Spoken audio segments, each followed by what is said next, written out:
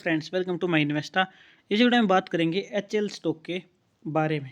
ठीक है, प्रभुदास लीलाधर जी ने एक रिपोर्ट के जरिए बताया कि एचएल कंपनी की जो तेजस MK1A का जो प्रोजेक्ट है वो डिले हुआ है, लेकिन इस डिले का असर इनके क्वार्टर 3 के नंबर पर नहीं पड़ा है और ना ही इस प्रोजेक्ट का कोई भी असर इस कंपनी के स्टॉक की परफॉर्मेंस से रिलेट करता है।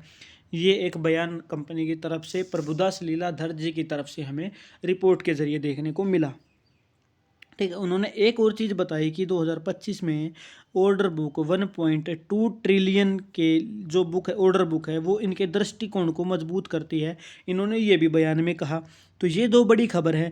तो अगर इनकी बात माने और जो डिले है प्रोजेक्ट का, उसकी वजह से अगर स्टॉक प्राइस पे इफेक्ट नहीं पड़ रहा है, तो इसका मतलब है कि ये गिरावट अब यहाँ पर नज़दीक कहीं ना कहीं रुकने वाली है।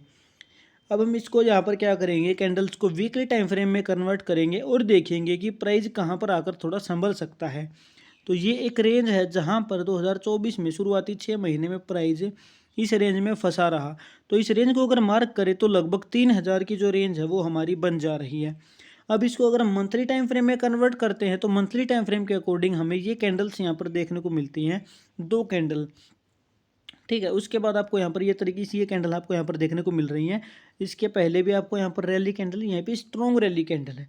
तो यहाँ पर ये जो बेस कैंडल है यहाँ पर आपको देखने को मिल रही है। तो यहाँ से संभावना है कि 3300 की रेंज या 2986, यानी कि लगभग जो 3000 वाली रेंज है उस रेंज में आके प्राइस थोड़ा इस स्टॉक में संभल सकता है, अगर जो न्यूज़ मैंने आपको बताई है उसके अकॉर्डिंग चीज़ें यहाँ पर सच होती हैं तो।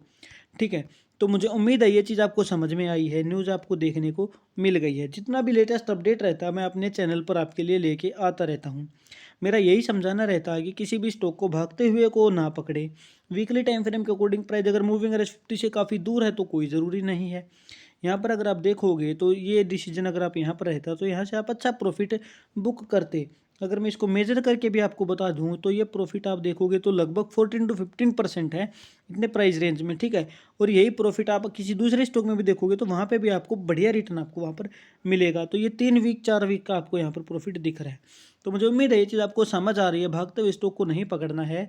अभी अगर आप एवरेजिंग के डिसीजन, तो मेरी जो स्ट्रेटजी है वो यही रहती है कि एवरेजिंग मूविंग एवरेज 50 पर कर लो एक बार।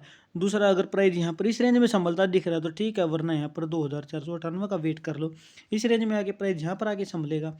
ठीक है, क्योंकि आपको दिख रहा है कि जो प्राइस है वो इसी रेंज में आके यहाँ पर आपको दिख रहा है। तो मुझे उम्मीद है ये चीज़ आपको समझ आई है। अगर आप मेरे चैनल पर नए हैं तो चैनल को सब्सक्राइब करके ज़रूर जाएं, ताकि PSU स्टॉक्स के जो लेटेस्ट अपडेट है वो मैं आपके लिए लेके आता रहूँ। Thank you very much.